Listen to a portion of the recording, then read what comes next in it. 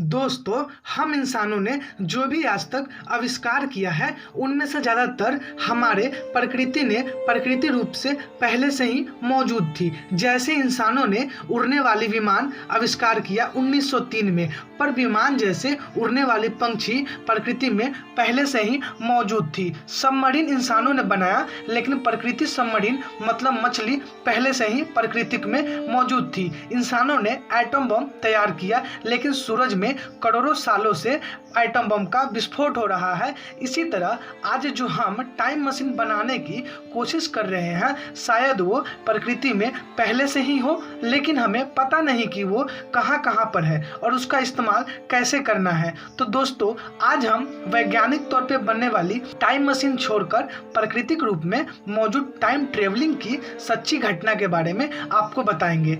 तो दोस्तों, मैं हूँ सुजीत और आप देख रहे हैं यूनिक फैक्ट टैग। समय यात्रा यानी टाइम ट्रेवल। ये घटना अमेरिका जून 1951 की है, जब एक रात 11 से 11:30 के बीच न्यूयॉर्क टाइम स्क्वायर के सामने एक आदमी अचानक प्रकट हो जाता है।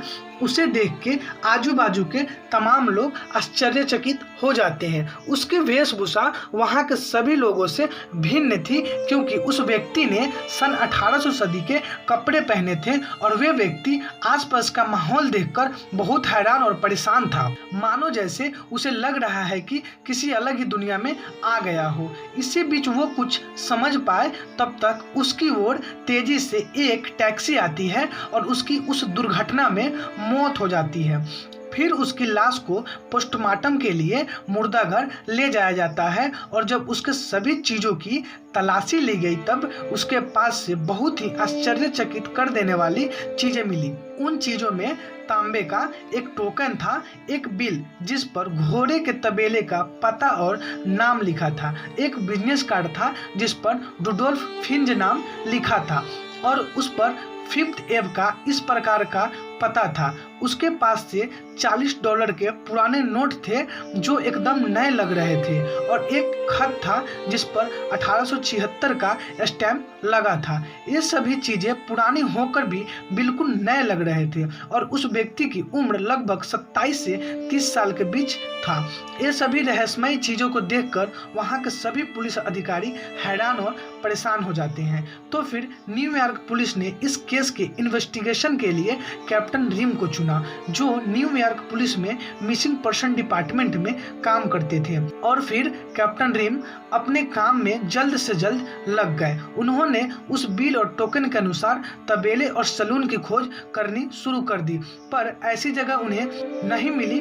फिर उन्होंने वहाँ के बड़े बुजुर्ग व्यक्तियों से बातचीत की।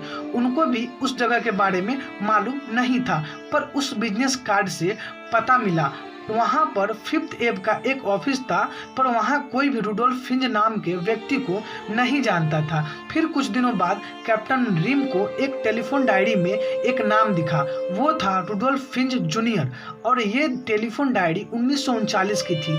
तो फिर कैप्टन रिम जल्दी से जल्द पते पर गए और वहां जाके पता चला कि रुडोल्फ फिंज जूनियर की मौत 5 साल पहले हो चुकी है, मगर उसकी विधवा पत्नी फ्लोरिडा में रहती है। उनके पत्नी का पता मिलने के बाद कैप्टन रिम उनसे मिलने के लिए फ्लोरिडा पहुंच गए। फिर रुडोल्फ फिंज जूनियर के पत्नी ने जो बातें बताई वो बहुत ही चौंका देने वाली थी। विधवा पत्नी ने बताया कि रुडोल्फ फिंज सीनियर ये व्यक्ति रुडोल्फ फिंज जूनियर के पिता हैं और वे 29 साल की उम्र में 1876 में अचानक गायब हो गए थे। उस विधवा पत्नी ने ये बताया कि एक दिन शाम को वे सड़क पर घूमने गए थे। उसके बाद ना ही वो घर वापस आए और ना ही उनको तब से किसी ने देखा। इसकी पुलिस कंप्लेंट भी तब की गई थी। ये पूरी बातें सुनकर कैप्टन रिम बहुत ही हैरान और परेशान हो गए।